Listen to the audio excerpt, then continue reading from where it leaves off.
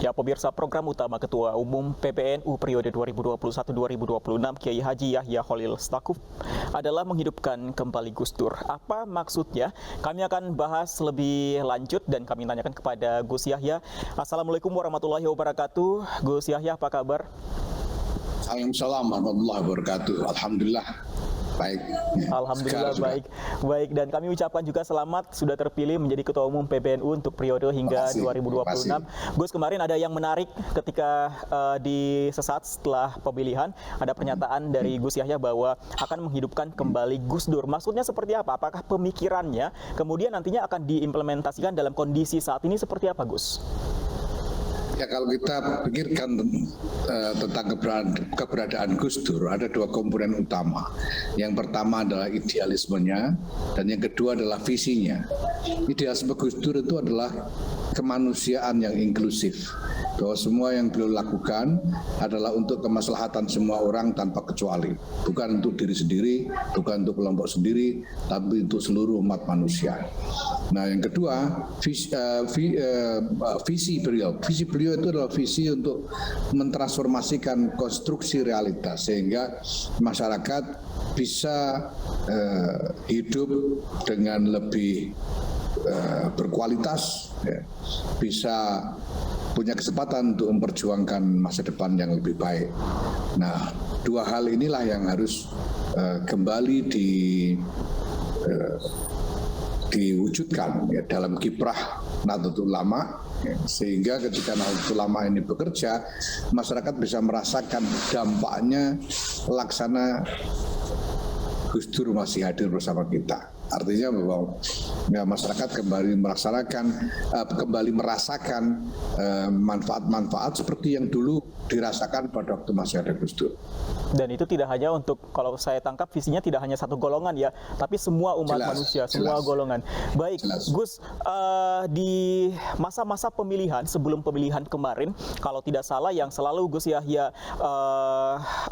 garis bawahi adalah memaksimalkan potensi-potensi yang ada di dalam tubuh NU. Nah, jika dikaitkan dengan program Gus Yahya nantinya, seperti apa untuk program yang paling awal nantinya akan diterapkan?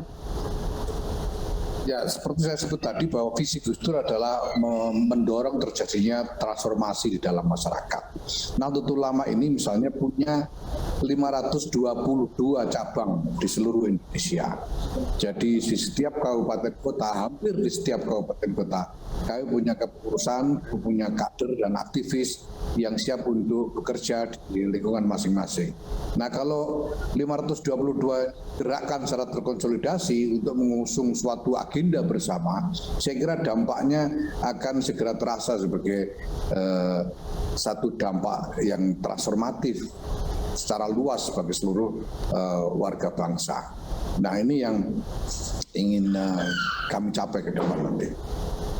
Baik, Gus, ini mungkin banyak juga yang akan bertanya-tanya dengan terpilihnya Gus Yahya sebagai Ketua Umum PBNU 2020 hingga 2026. Kita tahu Gus Yahya bukan orang baru di pemerintahan. Terakhir kita tahu sudah pernah menjabat sebagai Watimpres. Nah, apakah ini artinya di bawah kepemimpinan Gus Yahya bahwa PBNU nantinya akan lebih dalam lagi terjun ke dunia politik tanah air, Gus? Ya, politik tapi bukan politik praktis ya. Saya selalu tekankan berulang kali bahwa Nahdlatul Ulama harus berhenti menjadi pihak dalam kompetisi politik. Artinya ya, dalam setiap kompetisi politik, Nahdlatul Ulama ini harus selalu berusaha untuk berfungsi sebagai penyangga keutuhan. Jadi jangan menjadi pihak, jangan menjadi salah satu kompetitor dalam kompetisi itu. Nah, ini yang paling penting. Nah, yang kedua, Nahdlatul Ulama harus siap bekerja sama dengan siapa saja, pemerintah maupun non-pemerintah. Nah, kunci dari kehadiran Nahdlatul Ulama untuk merajut kebersamaan itu adalah kemampuan menggalang kerjasama dengan semua pihak.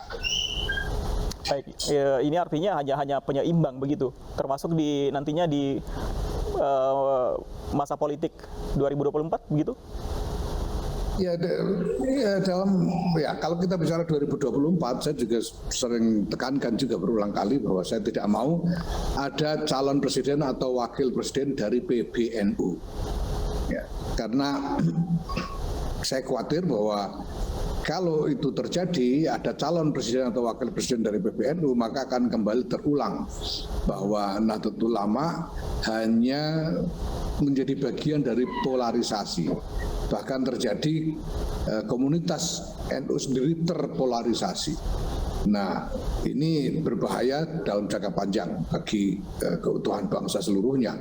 Nah, maka pada tahun 2024 nanti saya ingin tidak ada calon presiden atau wakil presiden dari PBNU, dan saya akan minta kepada siapa saja yang akan bergabung di dalam PBNU nantinya untuk membuat komitmen ini, ya, supaya nanti di dalam ya, karena kita masih butuh waktu untuk menyembuhkan luka-luka polarisasi politik yang sudah terjadi kemarin-kemarin. Itu yang pertama.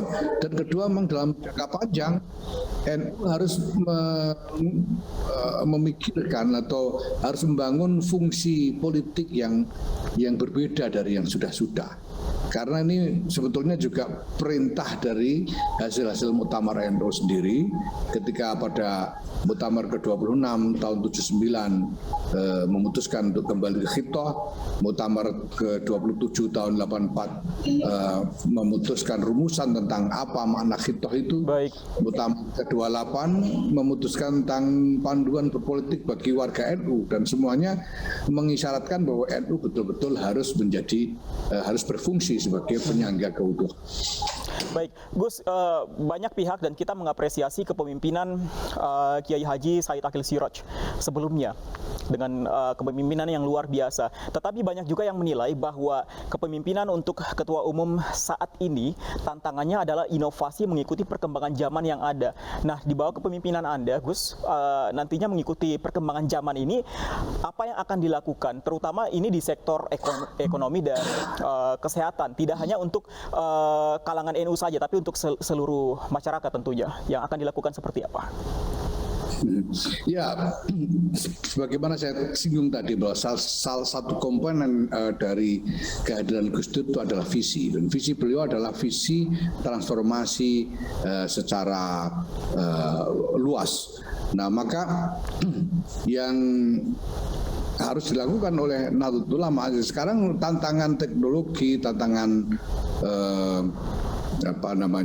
masalah-masalah yang mendasar dalam masyarakat tentang realitas kualitas hidup masyarakat, ini semua adalah tantangan-tantangan yang harus dirubah, ya, harus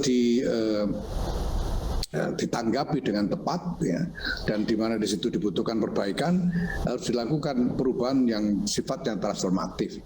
Nah, menurut saya yang harus dilakukan adalah bagaimana kita bisa menggerakkan seluruh elemen NU ini secara nasional untuk bergerak bersama-sama sehingga nantinya bisa menghadirkan dampak transformatif baik dalam soal perilaku masyarakat terhadap teknologi maupun dalam hal memperbaiki berbagai macam masalah, ya, kekurangan-kekurangan yang ada dalam konstruksi sosial masyarakat, ketimpangan ekonomi, ketimpangan akses pada layanan pendidikan dan kesehatan dan sebagainya. Baik, Gus, kita akan tunggu semuanya itu dilakukan dalam langkah kerja yang nyata bersama NU. Terima kasih, selamat bekerja Gus Yahya bersama NU. Selamat sore, wassalamualaikum warahmatullahi wabarakatuh.